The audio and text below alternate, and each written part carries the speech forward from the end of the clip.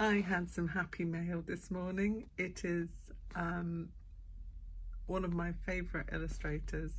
I ordered a couple of greetings cards from her shop, and I've ordered from this person before, and I'm just amazed by the amount of detail and beautifulness that goes into each and every one of the products that she does. And it is, I will focus in, it is Andrea Kett Illustrator on Twitter, Facebook and Instagram. Go and check her out. The amount of, as I said, the amount of detail into each and everything is just fantastic. And this is the thank you card, and this is going on my wall. This is Bet Lynch, clearly. Look at her, she's beautiful. And I love the scampy fries in the background there. But yeah, that's going on my wall. Also, Andrea's thrown in another one. She's so generous, thrown in another one of her postcards, which is Bats in Bother. This is one of my favourites. I love this. This is amazing. And look, if you look on the coat, it says Bat Lynch. I love dull things. This is awesome. And the Vampire Charity Shop, which is amazing, for bats in need. Love it. And that little note that says Nora Batty. And so now on to the two greetings cards that I bought from Andrea. The first one is Mystic Mackerel. Mystic Mackerel is this beautiful fortune teller lady with her little fish in her fortune teller there. How stunning. And if you look at the detail, look at the little glittery bits. Look at it shine. These are the things that I like, all the little touches that makes something extra special. But the best thing, or one of the best things about this, is it includes one of the fortune teller fish inside. So you get one of these as well. And I don't know about you, but I've spent many a happy hour playing with one of these. Basically, it's a little plastic, little cellophane fish, maybe, should I say, and you place it on the centre of your hand, and the way that it moves tells your fortune, which I think is just a superb touch to a beautiful, beautiful card.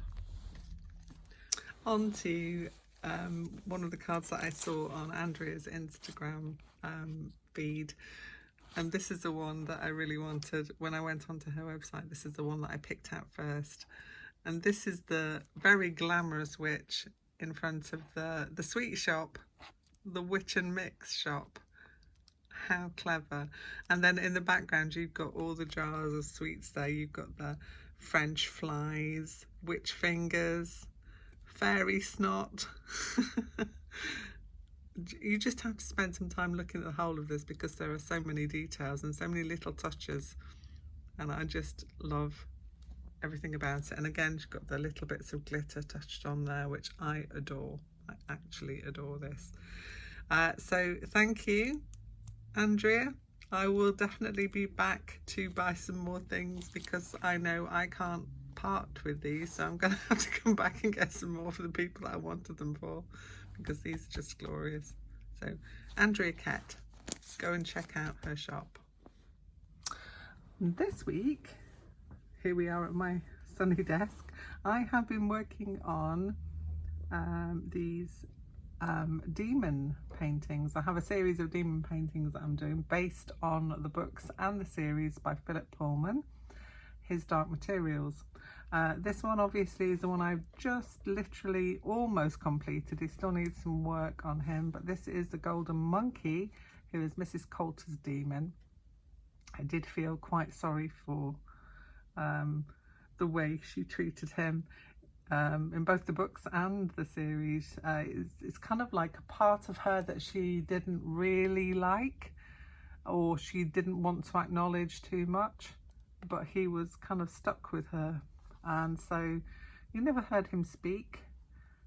He didn't have a name like all the other demons seem to have a name. I know some people have attributed the name Ozymandias to this golden monkey, but I don't think that was a decision made by Philip Pullman. I think it was somebody who did the radio version, gave gave him the name Ozymandias, and so it's kind of stuck. But to me, he will always be the nameless monkey who doesn't have much of a say in anything based on what we've seen in the books and the film.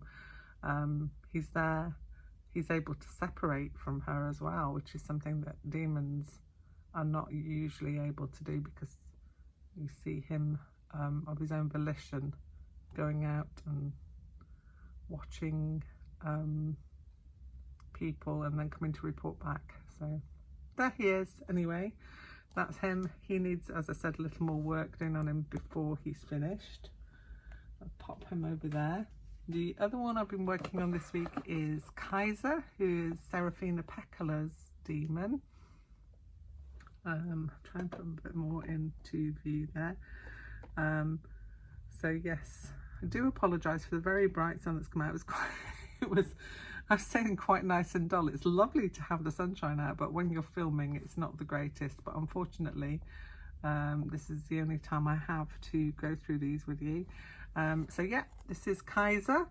An interesting story about Kaiser is that in the series that they made of the books, they decided that because obviously they had to animate all the demons, CGI, etc, etc, and they decided in their wisdom that a snow goose was more reminiscent of a Beatrix Potter, Jemima Puddle Duck kind of vibe that it was given off when they were doing the CGI. So they decided to make Kaiser into a gerfalcon.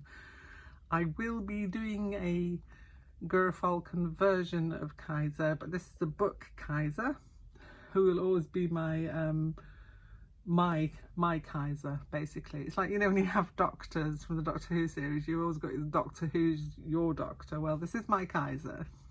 I'm standing up for the geese of the world. People, stand by your geese. I'm going to do a sticker saying stand by your goose. I think that would be great. Anyway, this is Kaiser. If you can look, you can see in the background you've got the Northern Lights kind of shimmery painting. When I do the prints of these are all hand finished, so I add in the bits when they're printed out, because obviously you can't print in metallic on a home computer printer systems. But there he is, Kaiser. Oh, I better not put him on top of the golden monkey who's trying as we speak. So I thought you might like to see the other ones that I have done as well. Obviously this is the first one that I did, and this is Pan. So this is Pan's ermine form, should I say, because demons, if you know the series, they can shapeshift and change into something else until, as a person gets older, people's demons tend to settle into one form or another. Sometimes they don't. Sometimes they can still be shapeshifters. But this is Pan as we know and love them the most. This is the form that Pan takes the most. So that's Pan. Then I have the next one that I did, which is this one. Somebody's going to say to me, there are no cat demons. Well, if you have never read the books or only seen up to season 2 of the series on TV, then you will probably not know that this is an actual demon of someone. I won't mention any names because spoilers and all that. But yeah, when people move from our world into the alternate world, then everyone has a demon, and this is a demon of a character. This particular demon is also based on our next door neighbour's cat. Can I just point out that our next door neighbour's cat is not pink?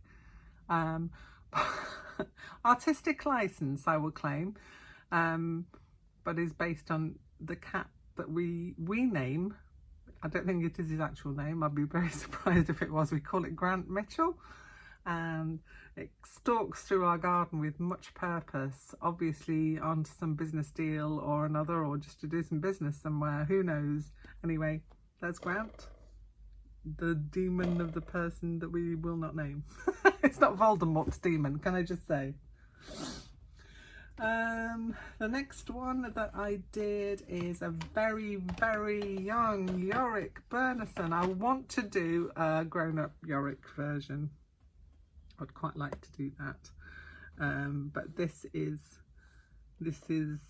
Yorick sitting in the garden, looking at the stars, and just generally not caring about anything because he's a little cub and he doesn't really know what's to come.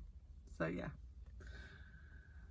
And after that we have the lovely Hester,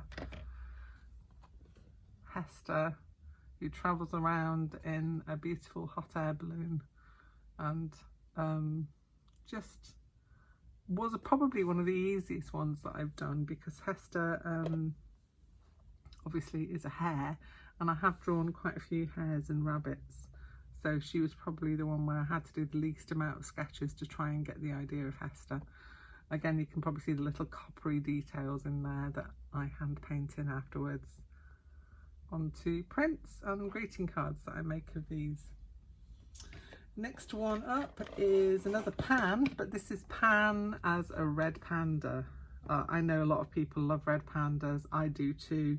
We were very lucky to have red pandas at a zoo that we had close to us, which is called Painted Zoo, and they had red pandas, and they are quite camera shy. You have to wait for a long time to get anything or to see any of them sometimes, because they hide away. They've got little hideaways in their tree. But we were lucky enough to be there. They just had red panda cubs, and they are a little more playful, so we got to see lots of little red panda cubs play fighting, which was really good when we went there one day. It's a long time ago. We got lots of footage of them, but I don't know actually where that is. I like to dig that out and look more at that. But yes, Pan is a red panda. Pan has different forms. As you know, I just explained that demons can be shapeshifters. So Pan is also sometimes a moth. I think that's the first time we ever hear of Pan. And so I'd like to do that as well. Yeah, I've got lots of plans for future demons. And then we have Lord Asriel's demon, who is Stelmaria, who is a snow leopard. Sorry, clearing my throat there. A snow leopard, and yeah, quite majestic. I love these creatures. When Stelmaria stalks onto the screen, you know she's there. You know, she's got presence about her, and I'm trying to think of all the other different demons that I can add to my list now. There are quite a few in the book, and yeah, I'm looking forward to that. So I will possibly, or I will definitely show you my progress on some of those as I go through them. I'm not quite sure which one I'm going to do next, but I will let you know as soon as I know. And that's about it for this week. I just thought I'd show you a book that I'm going to be reading because I've got a couple of weeks off work, so I'm going to have time to sit and chill and just enjoy the good weather, the unseasonably good weather we got for Easter this year. So this is a book by Jini Reddy called Wanderland, and the blurb, which tells me here, a London journalist with multicultural roots and a perennial outsider determinedly sets off this unorthodox path. So it's like heading off in search of the magical in the landscape. This is not usually the kind of book that I read, so I thought, you know what? I'm going to push the boundaries and try something different. And so this is my book of choice for my holiday. So really a nice change and just time to chill and relax. Here's wishing all you lovelies a very, very peaceful and wonderful week. And I will see you again next week with another video. I don't know what I'm going to have in it. What'll be in it? I don't know.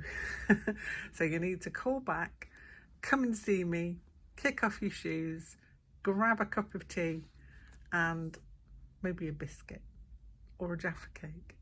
And we'll chill and we'll talk about other things. So ta-ta for now, my lovelies, and I will see you next week.